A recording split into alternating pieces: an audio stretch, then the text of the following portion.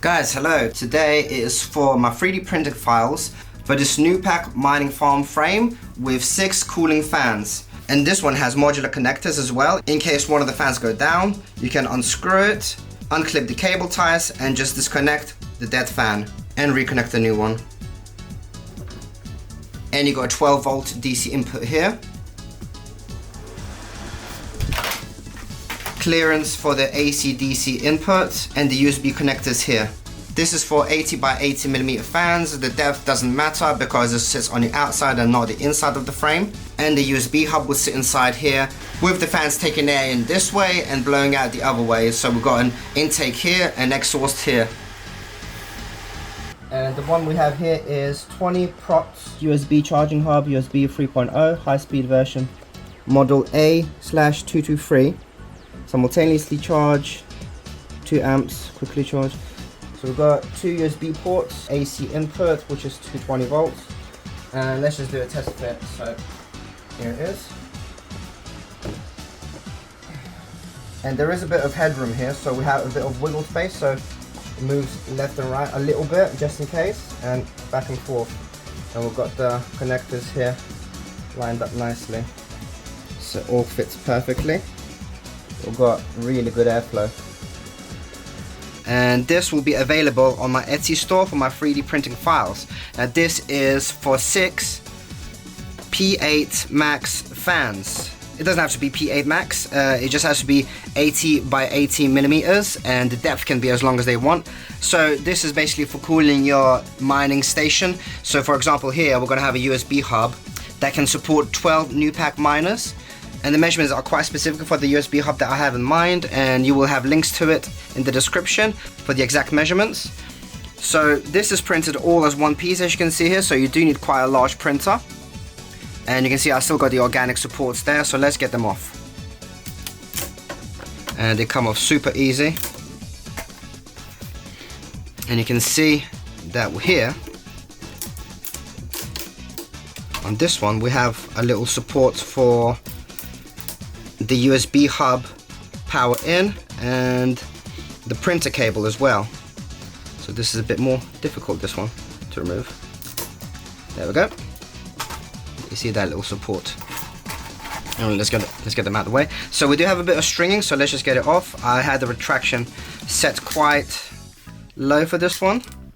So just to remove the stringing, the little fuzzy hairs, let's just use a little lighter. And just get them all off.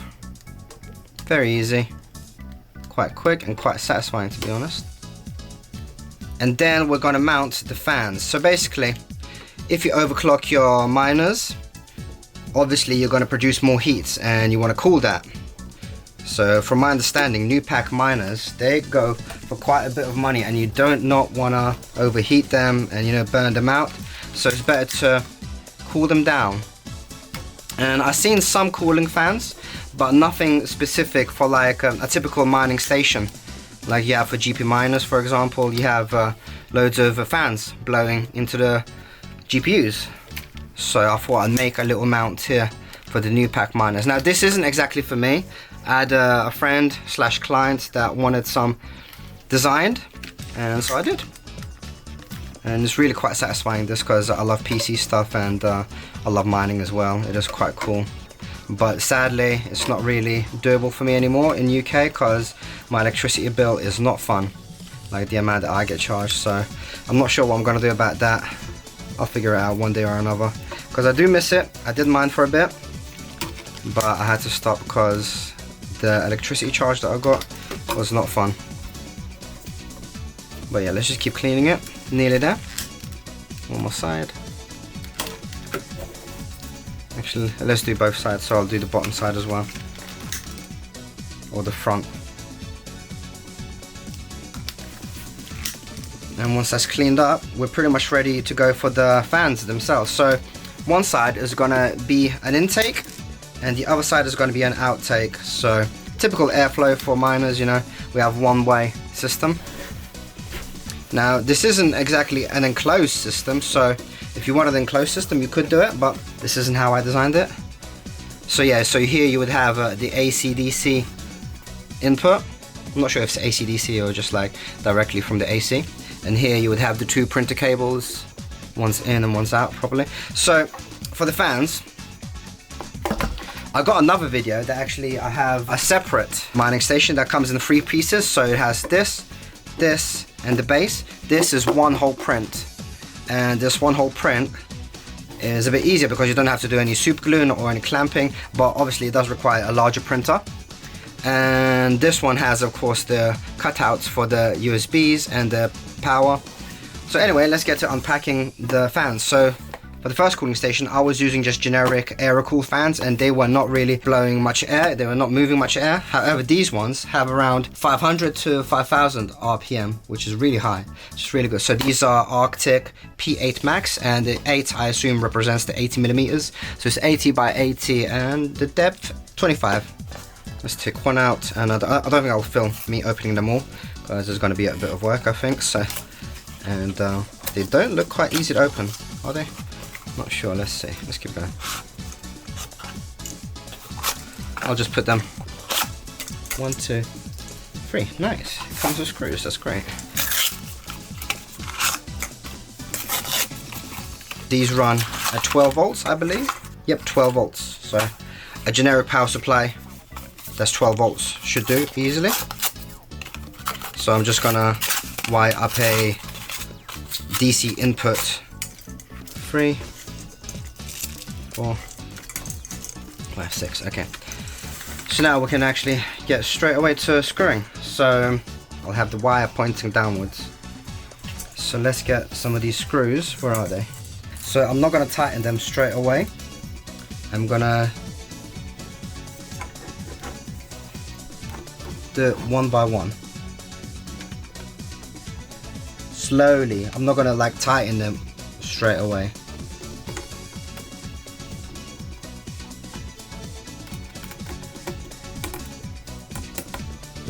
Kind of ish. So the hole that it goes through, it isn't tight for the screw, so it just goes right through.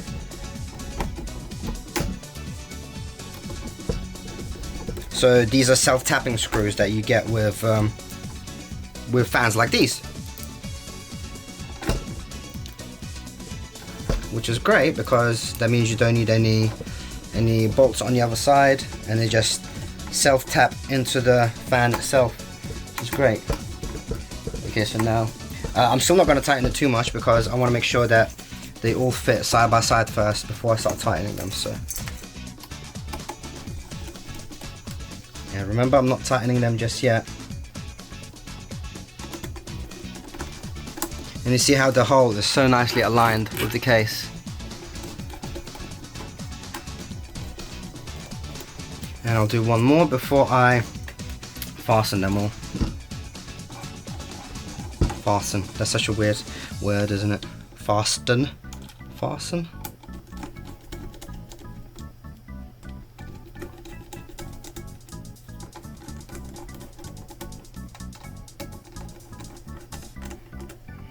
So let's just check the wires. The wires look good. They will be out the way like this, but I want to tighten them. Tighten these fans into place. Now remember, so since this case was printed upright, the orientation of the layer lines is now up. So the layers are built like that. So when it was printed by its side, the layers are built up this way, but when it's built up this way, there is more chance of the layers splitting apart. So be careful as you tighten these screws. Now it shouldn't happen as long as you print it hot enough in terms of like, so the layer lines actually adhere to each other properly. But this is something that you need to consider when 3D printing with FDM printers. Okay. I mean, I'm not having problems in terms of anything breaking, but this is something to consider. I'm just saying, guys. And another thing, actually, it makes it a bit more awkward. So since I have this cooling unit printed as one piece, it's a bit harder to screw them together. As you can see, I have to really get in there with my hand.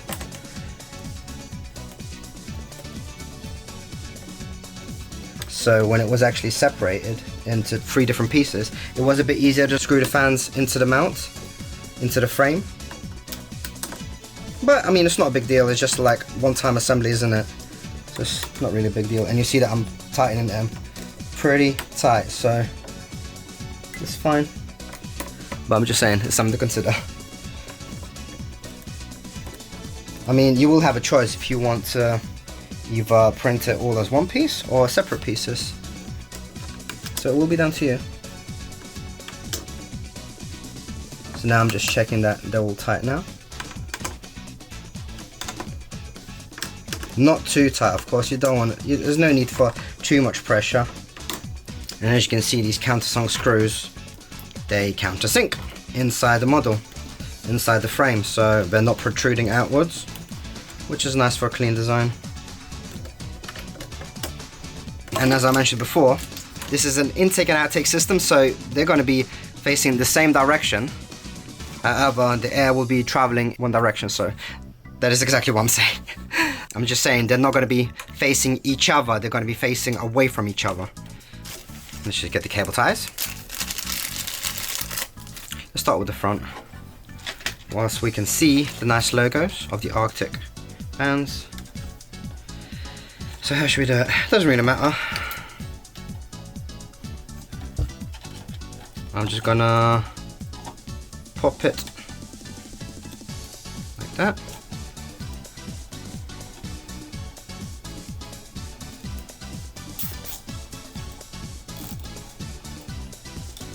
And I'm not going for extreme tightness because that way you might damage the cables. The point is just to get the cables nicely organized. That's it.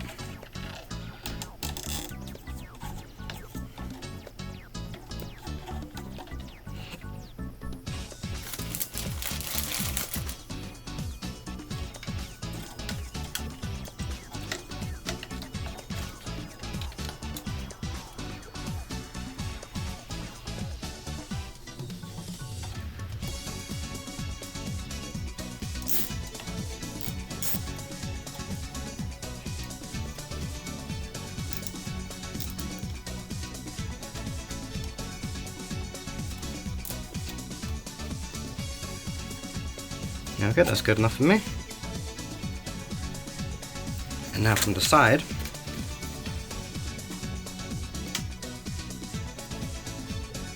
most important thing is that the ground wire, which is, you can see, is a little bit grey. I'm not sure if you can see, guys.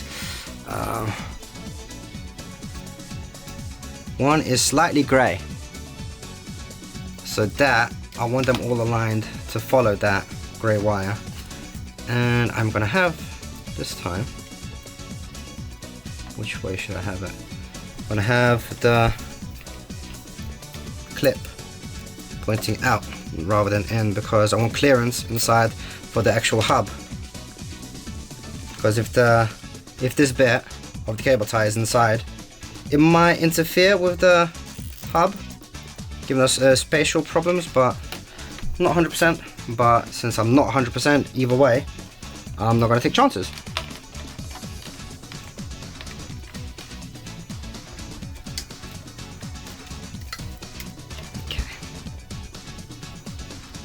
This way, down. Okay, down. Then back up.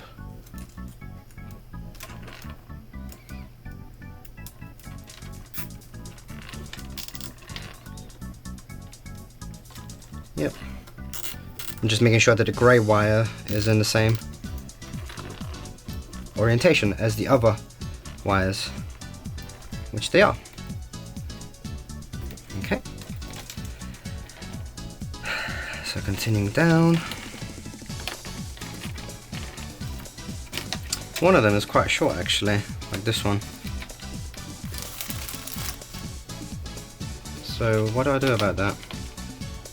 Because obviously I need to bridge the connection between them all in a parallel manner. Bridge connection.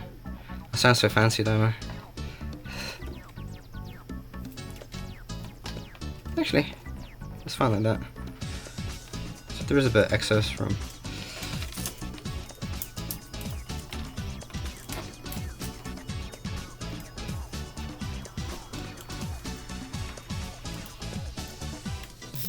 Okay. And again, I want to make sure that the ground wire is all on the same side, which it is. Now I can cable tie. Okay, that's good with me. And one more on the other side.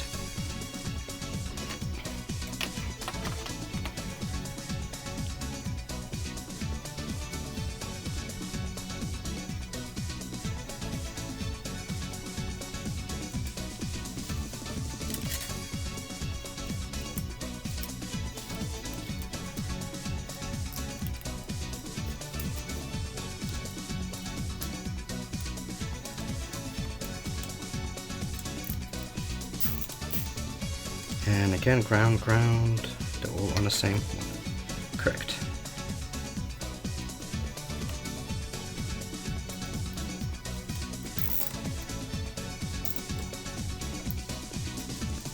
Okay, now I'm happy with that. Now we can snip them all off, all the excess cable ties. Okay, let's just snip them all off then. So I've got little tweezers here that I get these from 3D printers. So let's just snip them off. They are a little bit sharp, and if you want to get rid of that sharpness, you could just use a soldering iron just to melt them slightly.